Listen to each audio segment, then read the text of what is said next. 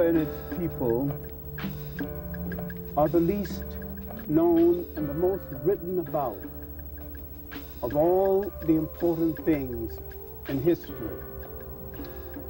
There must be a reason for this, because Africa has played a central role in the history of the world, and too many times it is looked at as a sideshow. We need to ask, who misplaced Africa from the respectful commentary of human history, and why was it done? We at least need to look back to the 15th and the 16th century, the rise of Europe, the second time, the opening up of what is referred to as the New World, the need for labor to people that so-called New World, the need for a rationale to capture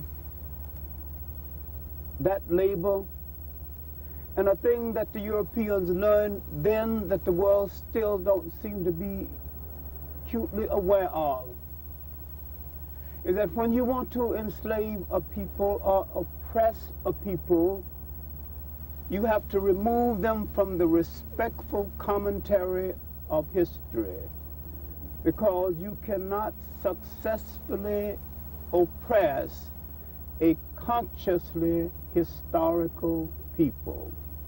You must remove from their memory what they have been, what they are, so that they can be confused about what they still must be. It is often forgotten, tragically, by Africans themselves, that over half of human history was over before Africans knew that there were a people in the world who would be eventually called Europeans. In that period of European unawareness, when the African did not know of his existence, some communication at a later date was made with the people of Western Asia, now mistakenly called the Middle East. Africans had already brought into being the first human society. They had had 3 golden ages, and these ages were over and in decline before the beginning of the Atlantic or the European slave trade. The uniqueness of the European encroachment this second time is that they did not originally come to Africa looking for slaves. They came looking for an ally against what they referred to as the infidel Arab. They came looking for a legendary African emperor called Prester John. They were, of course, looking on the wrong side of Africa, but they came with some degree of respect and friendliness. When they wanted to start the slave trade and the colonial system that would follow, they needed a rationale. They had to remove the African from the respectful commentary of history in order to get this rationale. The European would not only colonize history, he would colonize information about history. And the most tragic of all these colonizations was the colonization of image, especially the image of God. There is a need to look at Africa before foreign contact, especially the contact with Western Asia, before the European contact, and examine the consequences of this contact, and remove from your mind a standard myth that is universal, and that is the assumption that the conqueror and the invader is a civilizer. Because it is a myth, we have not examined the fact that no one has ever civilized anyone, any place in world history. Conquerors and invaders do not civilize. They do not bring civilization. They bring their way of life. And they install their way of life at the expense of the indigenous way of life of the people they conquer. They learn something that still prevails throughout the world. You cannot successfully oppress a consciously historical people. Once a people understand the nature of their history and what history is supposed to do for them, if they study the past, they might understand something about the present and be in a position to chart the future. History, as I have often said, is a clock that man needs to tell his political and cultural time of day. It is also a compass that man needs to find himself on the map of human geography. History is the basis of all the honorable endeavors of a people. A people's relationship to their history is the same as the relationship of a child to its mother. Inasmuch as Africa has played a major role in bringing into being all of the elements that man used to create what he now refers to as civilization and a technical, philosophical way of life, we need to find out how he lost it and what he did with it. Now, I have separated African history into three golden ages: ages of prosperity, ages of state building, ages of splendor, ages of war and victory, but ages of sovereignty. It is often forgotten that for most of the existence of African people on this earth, African people were in control of themselves. And they built good and meaningful societies, had their share of internal differences and disputes, far less than most people, create societies that lasted 1,000 years without a jail system or word in their language that meant jail, created social systems, no word in their language that means orphanage, because no one had ever gone to one, no word that meant nursing home or old people's home, because no one had ever gone to one of them. And the structure of these societies was based on the structure of the family, subsequently the state, the village, the community would be based on the same structure. Foreigners did not understand these structures because the foreigners did not understand the spiritual way of life of the African. To the everlasting credit of the African did not contribute any religion to the world. He contributed a spiritual way of life out of which foreigners created religions and turned them all into chauvinistic murder cults to justify their conquerors. The African looked at God holistically but had no word in his language that spelled G-O-D. And yet, his spirituality was part of his total existence. It was not a weekend thing. It was not a Sunday thing. It was part of his whole life.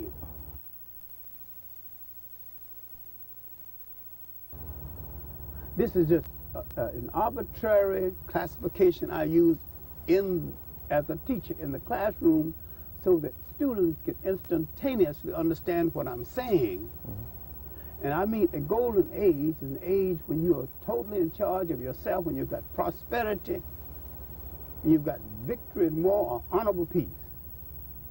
When your people have enough to eat, got no beggars, no homeless, and when the leader of the country is the guardian of the wealth and not the owner of the wealth.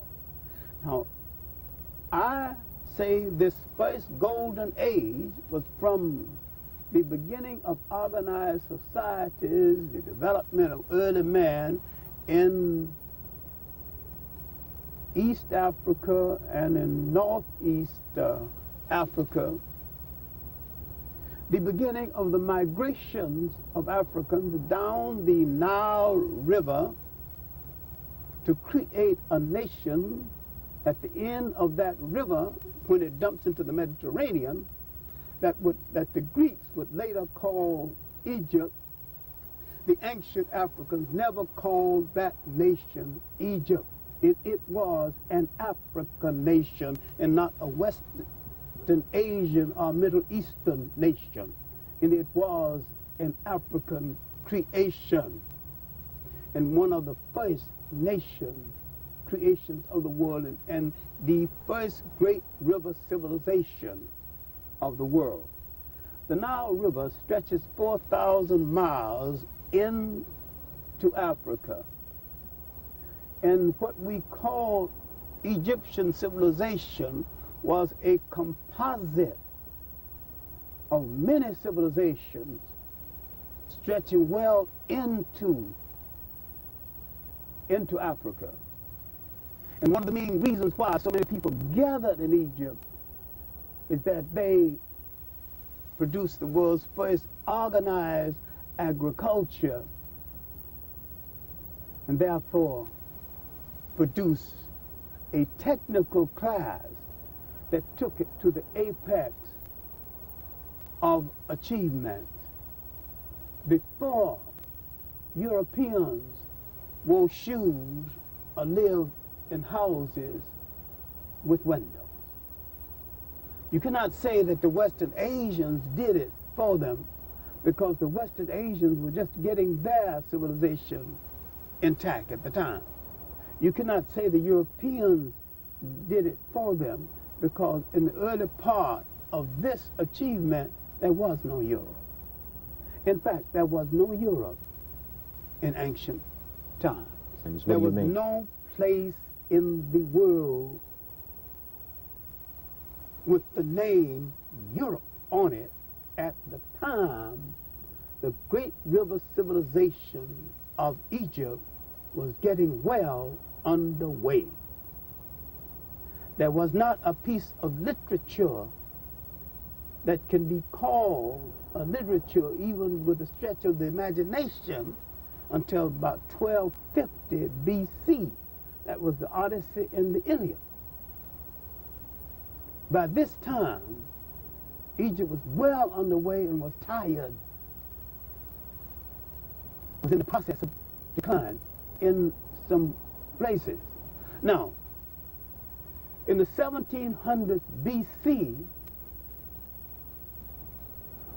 the people who would later be called Hebrews, then referred to as Hebrews, are now referred to as Jews, entered Africa from a place called in Western Asia.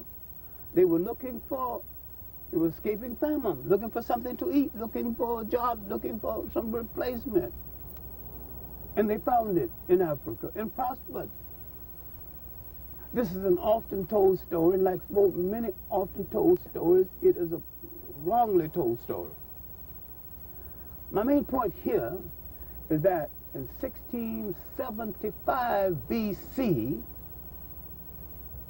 Africa was invaded for the first time with a military force coming from Western Asia, the Hittite, sometimes referred to as the Shepherd Kings. This invasion ended the first golden age. Now you had foreign encroachment, and you had foreign soldiers do what foreign soldiers always do in nearly every country of the world. They assume that one of the prizes of war are the women of the conquered country. So they began a process that created almost a separate ethnic group in the world. These foreign soldiers in their cohabitation with African women began to create an ethnic group that, to be accurate, that to be kind, we call mulattoes or mixed breed, but to be accurate, you call bastards. That group began to have confusion about loyalty between their mother's people and their father's people. That confusion among that group still exists throughout the whole world. This is not important except that there is a continuation of the tragedy in different forms. My point here is that an age of recovery started. This occupation caused a decline, but forces from the south, what is now the Sudan and Ethiopia, with the assistance of the Egyptians, drove out the foreigners and re-established purely African rule. This was during the 17th dynasty. This would make way for the mighty 18th dynasty. Standing at the head of it was a woman, almost Nefertari, Hatshepsut, a family called Thutmese. Hatshepsut would be the first woman in history to hold great power for whom we've got a good record. I didn't say she was the first. She's the first one where the records are good. Out of this same dynasty would come the great religious reformer Akhenaten, whose historical name is Akhenaten, who was Amenhotep the fourth, son of the great Queen T. As a religious reformer, he would outlaw the concept of not outlaw, but it would be against the multiplicity of gods and consolidate the fact and proclaim the fact that God was omnipotent and God was everywhere. And God could go everywhere. This announced for the first time the universality of the African God concept that differs from the European. Because the African, when he saw the European come to his country and build a house and call it the house of the Lord, he laughed because God is so big he can't fit into a house. Because what the European was doing was against the African God concept. His concept is that God is as big as the sky, and he is. Big as the ocean, and he is. Big as everything, and he is. That he is in everything, and he is. But most important, he's a part of you, and he is. There are many opinions about it, but in my opinion, the 18th dynasty was the apex of the second golden age. Some said that the 19th dynasty under Ramesses.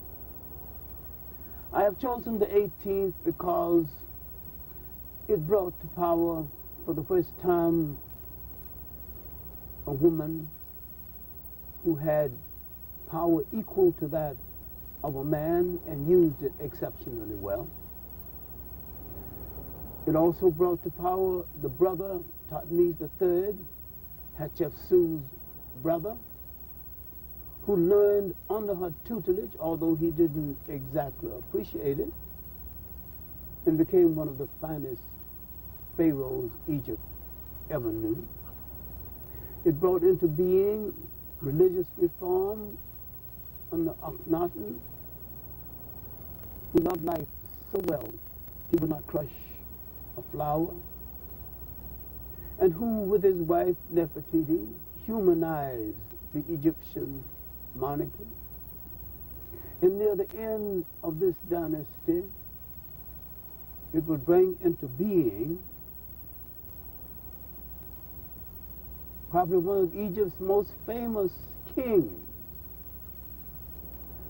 I call him a teenage king who married well, but got buried well, ceremoniously.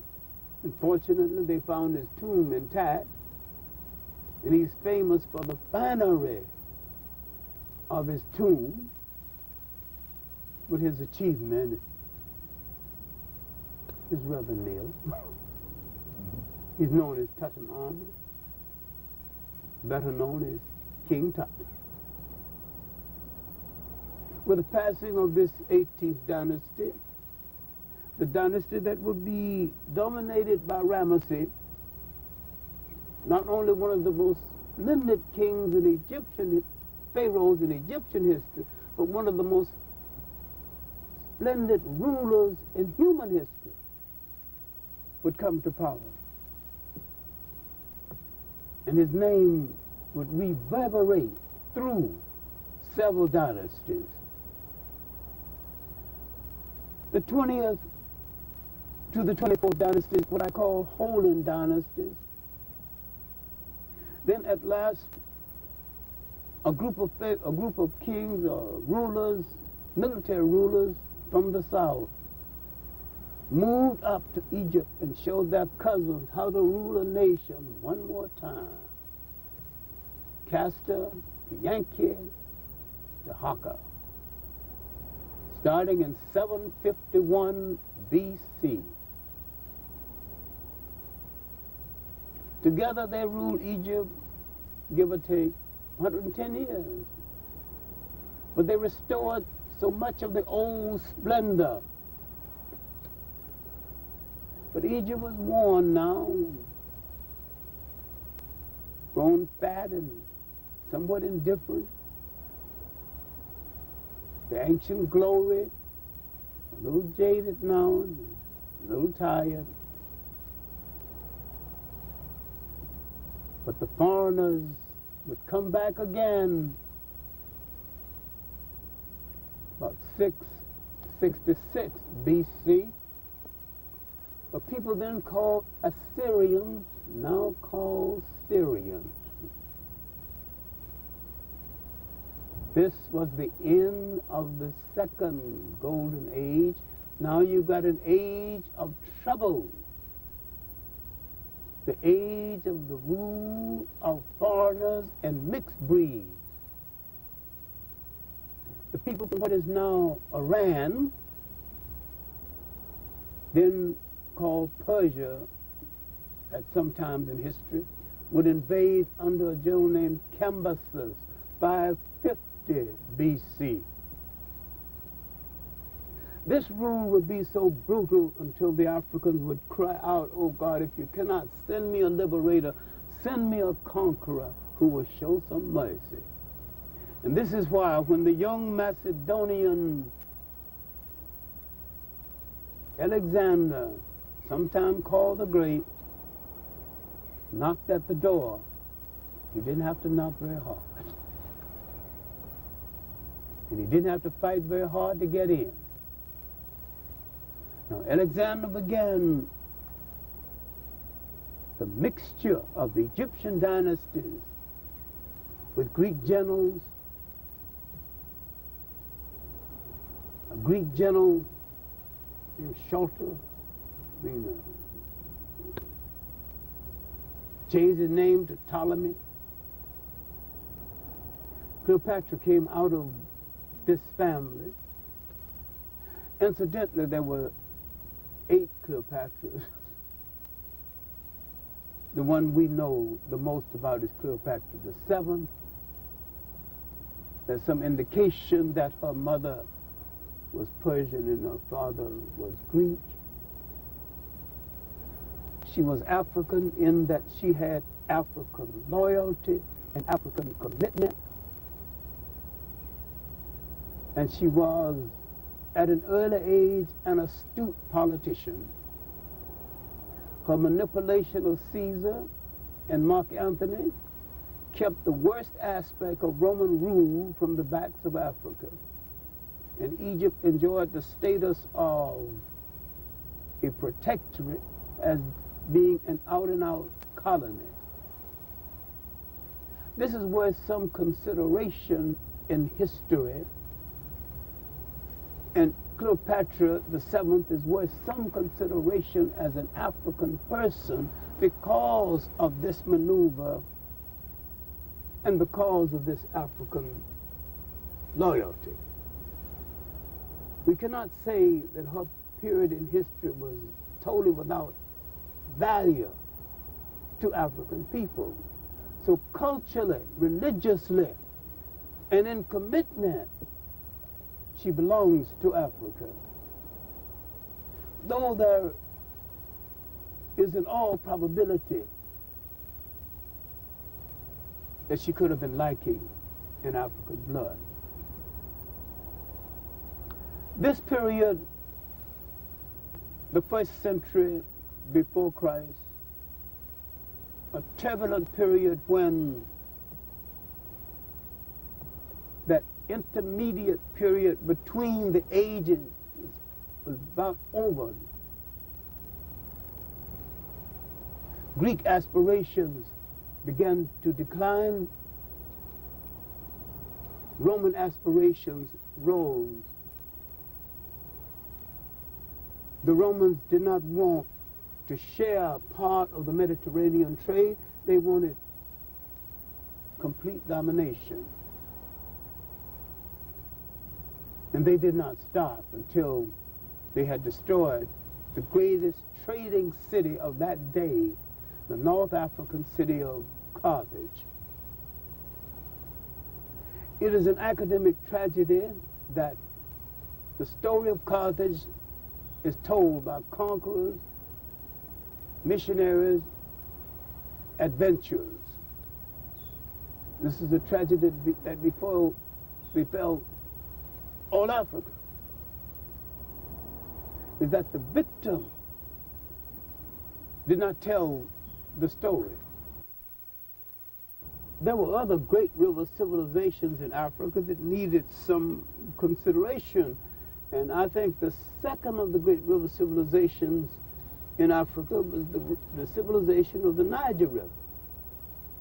It was really on the Niger and its tributaries that great independent states, Ghana, Mali, Songhai, the Yoruba states, the Asante states, further to the south, are developed. It was here, in this basic area of inner West Africa, that the Africans brought into being the last great independent states before the slave trade spread inland. I'm saying that the African bringing these states into being at the same time, Rome was declining in North Africa. We're talking about the period from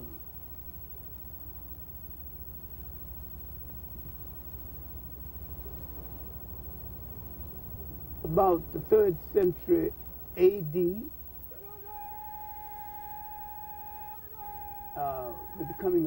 until the rise of Islam, about the 7th century AD, the Africans joining with the Muslims in the conquest of Spain in 711 AD, Islam moving down into Africa, not as a civilizer, but as a fertilizer and a stimulator of civilization that were already intact, but not the creator of a civilization. There's no Islamic civilization in Africa. The civilization of the Volta River, consisting of the Musi people and some parts of the Hausa people. This is the country we now call Burkina Faso, once called Upper Volta. And further to the south, the civilizations of the Congo River that brought into being a magnificent civilization that drove out the Portuguese and created an independent state in the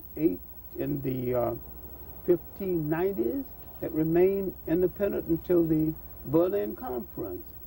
In Southwest Africa, the civilization that existed between the Limpopo and the Zambezi rivers, which mean the old kingdom of Zimbabwe and its great ruins, and the city-states of East Africa, all created on these other river civilizations, on these other rivers.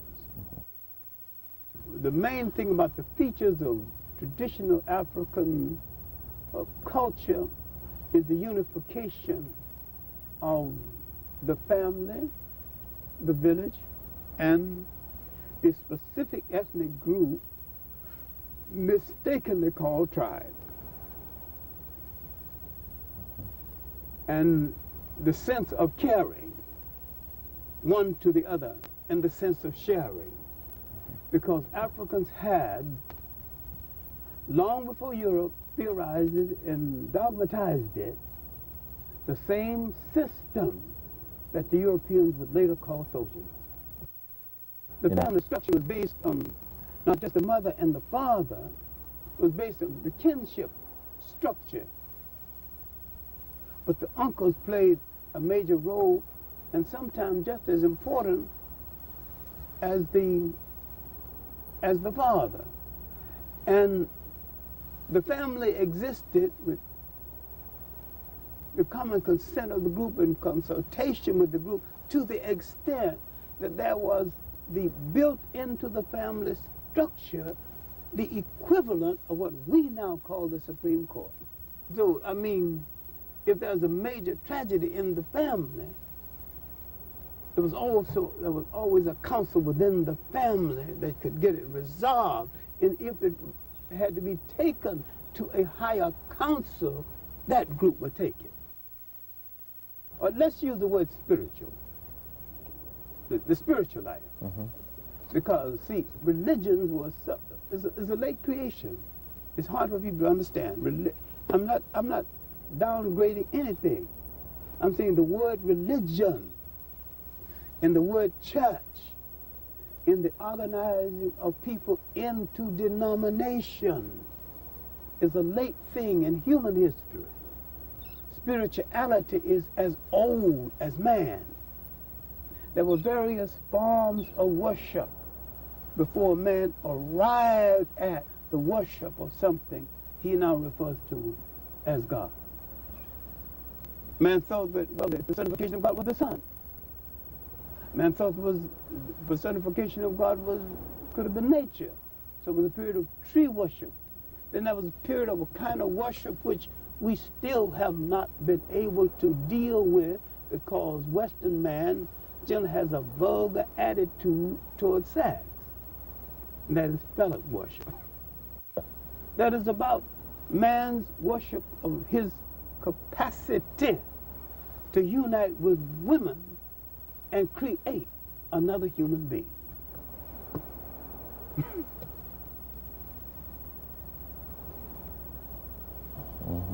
Which to him was a thing of holiness, not a thing of promiscuousness. That aspect of African society has been totally misinterpreted by anthropologists who were the forerunners of Western races. Well, intermittently, Africans have been enslaved for thousands of years. But the first people to enslave Africans massively and to start a massive slave trade out of Africa were the Arabs. The Arab slave trade lasted 1,000 years before the European or the Atlantic slave trade started. The Arab slave trade drained Africa of so much time, energy, and organization. It lacked these essential forces in order to combat or stop the European slave trade. But the Arab slave trade was mostly concentrated in East Africa and from North Africa into inner West Africa. During the latter part of the European slave trade, the Arabs began to play a role in the West African slave trade. But we could say the Arabs first in massive numbers, and the Europeans second. This is documented in UNESCO documents 2. Slave trading, title is Slave Trading in the Indian Ocean. The Arabs got into position because after the decline of Rome and after the Romans' mismanagement of Christianity, the Arabs introduced a colorful and simplistic religion that the African thought he could use, especially the North African, to replace the confusion left by the Romans' mismanagement of early Christianity. But the African did not know then, and to a great extent does not know now, that all he was inviting was another conqueror, another enslaver, and another person using religion as a rationale for oppression. But the Arabs in East Africa generally moved down and rendered a service to the Africans, married into African families, cohabited with African women, and eventually produced several generations of mixed Africans and Arabs who helped facilitate the East African slave trade. They facilitated it because prior to that, the Arab was not permitted inland. Now that they have produced a group of Africans, descendants of Arabs, children of Arabs, whose face in some cases was the same as that of Africans, they can go inland and do their father's work without detection. For the Arabs, we took them into different parts of West Africa. Some of them went to India. Earlier than that, even before Islam, Africans were going to India as mercenary soldiers and fighting in the armies of the Maharajas. Some of them were mercenaries. Some of them were slaves. Africans were being sent to different parts of Asia. That accounts for the large number of Africans in India now, and some of them are the people called untouchables, people of African descent. In the inquiry about where the Africans of the Arab slave trade were taken, We have forgotten the fact that the Portuguese were driven out of West Africa in the 1600s by the British and the French. And they moved their slave trading around to East Africa. There was a partnership between the Portuguese and the Arabs. And a lot of these slaves were sent to Brazil and parts of South America and parts of America into the general slave market in America. The tragic confusion here is that some Africans thought the Portuguese went to the Portuguese for help against the Arabs. Some went to the Arabs for help against the Portuguese without understanding that the Arabs and the Portuguese were partners against the Africans. The European slave trade did not even begin as a slave trade as such. The Europeans came down the coast of West Africa around 1438. They did not begin to take slaves out of Africa until 1442.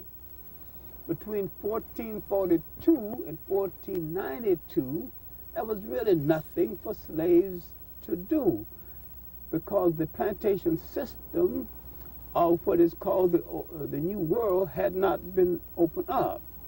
There was some experiment with slavery in the Canary Islands, especially the island of Madeira. This did not work out. But with the Portuguese establishment of slave forts in what is now Ghana, starting in 1482, when they built the fortress Elmina, or the mines, which indicate that they first come there looking for gold, and they ended settling for black gold, which is the African's body, that the beginning of the building of these fortresses is among the slave forts, about 42 or 46 in West Africa. About 36 are in Ghana, which tell you that Ghana was the headquarters of the European slave trade. But what is now Ghana was the headquarters of the European slave trade. Now, there were some French boats built inland, but nearly all of the slave-holding fortresses were built along the coast. The most famous coastal slave fort for the French is Gorée Island, off the coast of Senegal. The Europeans went about capturing Africans, many times surrounding a village and setting part of it afire, and the Africans running from the fire, the gunfire, and the fire period, literally ran into the arms. But with the increase in firearms and the corruption of the Africans themselves, and many Africans told that either you capture a slave for me or you become one. Many Africans were told, once the Europeans had guns, enough guns in Africa, either you capture a slave for me or you become one. So many Africans went into the trade to keep from being sold into slavery themselves. So now the European had played the cruelest aspect of the game of divide and rule. He turned the African against the African. Some Africans sold other Africans for self-protection, and some Africans sold other Africans because they were corrupt. These corrupt Africans remained corrupt until the end of the business, and some after the end of the business. But a point needed to be made. The European slave trade was an industry, a three-continent industry involving a revolution in maritime skill, boat building, and maritime movement. No matter what the Africans did or did not do, He could not have built an apparatus of this nature because he did not have the contact. I am not trying to free the African for what he did in the business, for his participation. I am saying that had there been no market for the slave, there would have been no slave trade. And the market for the slave was created by the European in opening up South America, the Caribbean islands, and the Americas. The destruction of the indigenous population, mistakenly called Indians, and the request to increase the African slave trade to save them, the initial request coming from Christopher Columbus through Father Bartholomew de las Casas, who came over on his third voyage. Except for this, what the African did in the slave trade is minuscule and of no great significance in comparison to the great world forces that were set in motion over and above anything the Africans could stop. Mainly West Africa. Mainly West Africa, west coast of Africa. What time? The period was from 1442 until the slave trade began to taper off in the 1800s, and the British began to outlaw slavery, the movement of slaves at sea, 1807. This would lead to a war in 1812 between England and the United States.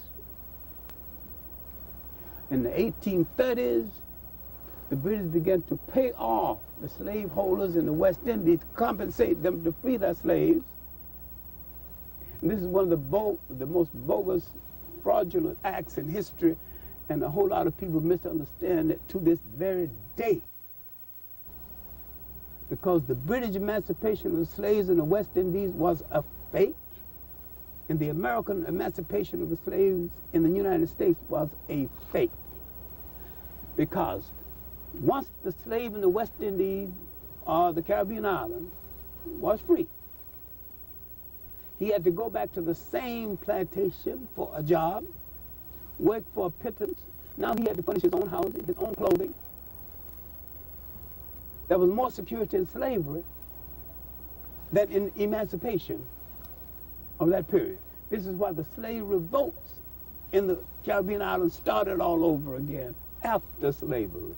And this is a period in Caribbean history very few people have studied. Okay. Mainly Spain and Portugal. England came later into the slave trade because England had a difference of opinion with the Catholic Church. It was not until England moved out of the Catholic religious orbit into the Church of England that England got fully into the trade. It is often forgotten that the Dutch were head over heels in the slave trade and were brutal slave traders. Mm-hmm. The Dutch were not only slave traders in Africa, they were on the coast of West Africa, especially Ghana, and some of their folks in Ghana are still there. They were colonizers in South America and enslavers in what is now British Guiana, was once a Dutch colony. The Dutch still have colonies in South America and in the Caribbean that were once slave-holding posts. The Scandinavians, especially the Swedes, were in the slave trade, and that most famous slave port, called Christenberg, that the Africans call Osu, it still exists in Ghana. The drawback to the Scandinavian slave trade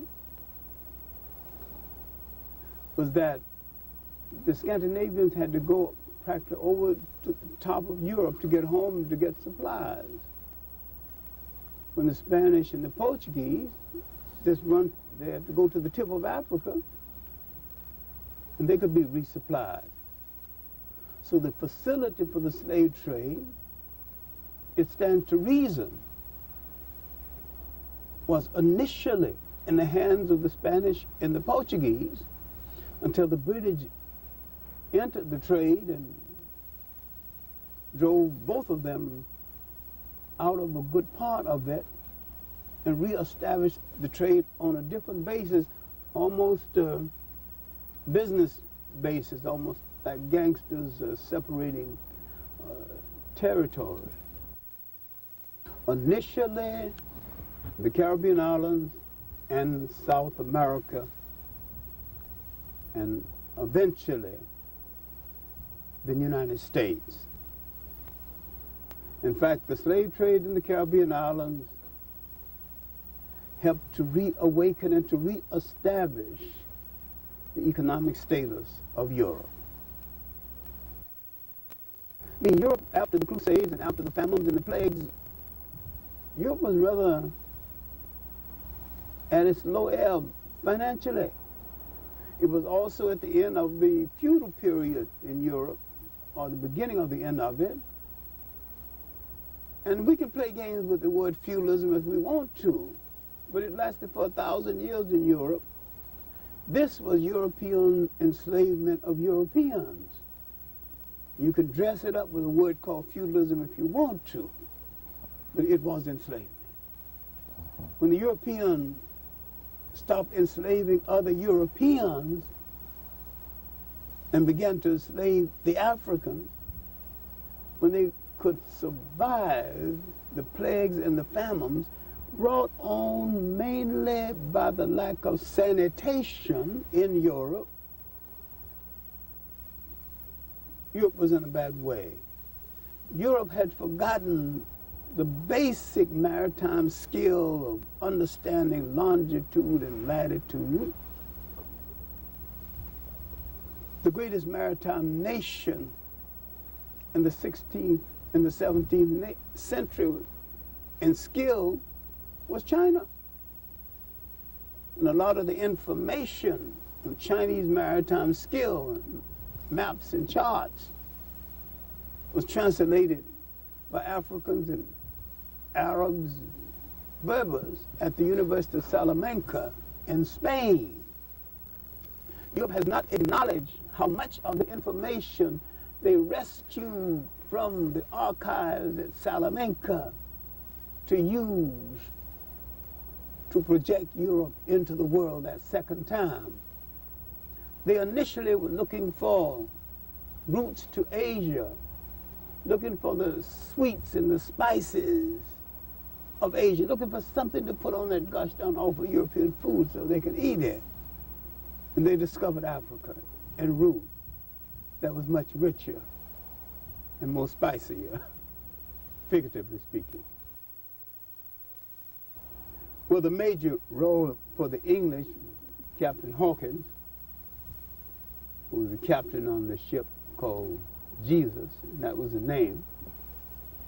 A major role was also played by Queen Elizabeth I of England, who at first did not sanction the slave trade, but someone showed her a ledger telling her how much money was made in the trade, and she eventually got into the trade. And there was some rumors to the effect that the good ship Jesus was at least in part, her private property. I do not have the names of the French, but there were many. But one of the endorsers of the slave trade in France was the Cardinal of Richelieu. I think I've gotten his name right.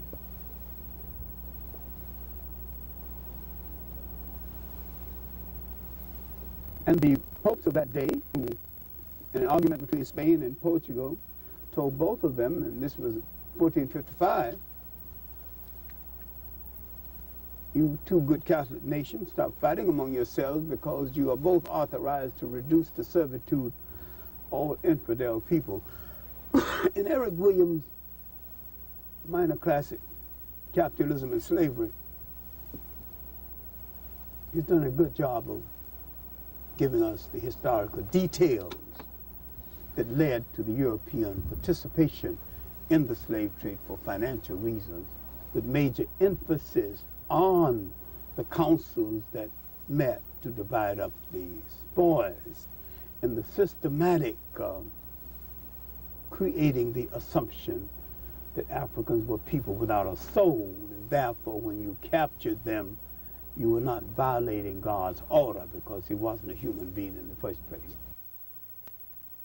Different African countries at different places. In West Africa, they began to mount some resistance, but the tragedy of this resistance is that Africans resisting the slave trade had to also resist some Africans who were in the slave trade.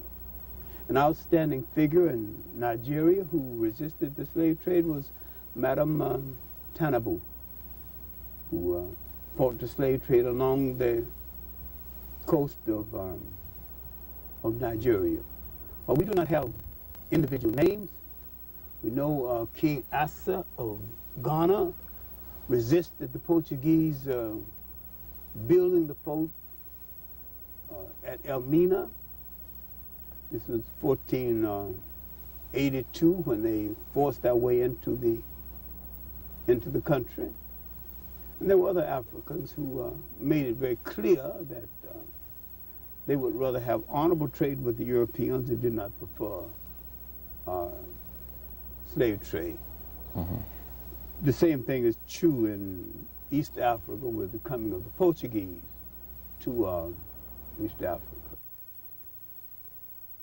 Economic forces behind the European slave trade was need and greed. The need to put Europe back on its economic foot by any means necessary. I don't think anyone will ever know for sure. W.E.B. Du Bois, in his book, The Suppression of the African Slave Trade to the United States, said from 60 to 100 million. There's a Nigerian researcher named Nkora whose figures are considerably higher, and he's got modern, up-to-date, computerized research, and his figures are obviously more dependable. We have not taken into consideration the Arab slave trade, who, for one given period, maybe took out of Africa over 50 million people. I would say roughly Africa has suffered the loss of over 200 million people, the greatest single loss any people have ever suffered in human history. It has had a total effect on Africa because when you take a man out of a country to be a slave, you're not going to take the sick, you're not going to take the crippled. That the slave traders took the flower of African manhood and womanhood. They took the gene pool. A man and a woman consist of a gene pool. They in themselves can create or set in motion 10 generations. They took so many of them out of Africa. They not only took the potential that was there, they took the potential that still could be. And Africa still suffers from it today, technologically and politically and culturally, because the slave traders and subsequently the missionaries and the colonizers not only laughed at African culture, they began to destroy it systematically, her art, her religion, and try to get across to the Africans that he needed to be an imitation of his conqueror and that he had created nothing that he could use to sustain himself economically or spiritually. They respond to their captivity by continuously longing for return to their African homeland. In the United States, they had over 250 organized slave revolts that's recorded. In the Caribbean islands, especially Haiti and Jamaica, they had some of the most successful slave revolts in history. In South America, especially Brazil, their revolts led to bringing into being two African nations, Palmares and Bahia. They were consistently in revolt all over America, to the point where there was a time when there was a serious question as to whether the slave trade could continue. There were Maroons all over the Americas and the Caribbean islands, including the United States, where the Maroons, where Africans went to the hills and established little self-contained communities, and where the masters couldn't find them, and Kentucky, parts of Virginia, and parts of the mountainous parts of the southern states. But they were most famous in Jamaica because of the Maroon Wars in Jamaica, partly success, but the Haitian Maroons are just as distinguished as the Jamaican Maroons, and the literature on the Haitian Maroons are also extensive and well written. We should not think of the Maroons as solely the Jamaican Maroons. And there's a book by Richard Price on the Maroons of Maroon societies in the Americas. Okay. The European slave trade began to taper off in the 1800s. The slave trade was unwieldy. Another social system was about to replace it, a little more sophisticated, called colonialism. Everybody that wanted a slave had one, and everybody who could afford one. The slave, even in the extraction of cotton in the American South, just about reached its peak. In New England, a lot of slaves became free, mainly because it simply wasn't profitable to pay for a slave's housing and lodging all year round when you could only use him 6 months of the year because of the climate. Slavery was going through a change throughout the world. People were being freed not because of anybody had any benevolence in their heart, but because the system wasn't working and they was going to switch to another system. That does not mean that blacks will be free of labor, but they'd be free of one kind and imprisoned to another kind. Colonialism was a system of colonizing a people's country and taking over the direction of their government by a foreign power. The Berlin Conference was the apex of 19th century colonialism, coming in the 1884, 1885, when all European nations with enough clout and who wanted colonies had colonies, and Belgium began to hanker for colonies, and Germany wanted some colonies, and France didn't think she had enough territory. So they met at Berlin to divide up the rest of Africa that had not already been divided. They've often called this event the scramble for Africa, when it was just the contrary. It was the end of the scramble. Because after the Berlin Conference, there was nothing to scramble for. Because all Africa, one way or the other, was then under European control. Ethiopia was a kind of a facsimile independent state, but it was so surrounded by European powers it couldn't maneuver.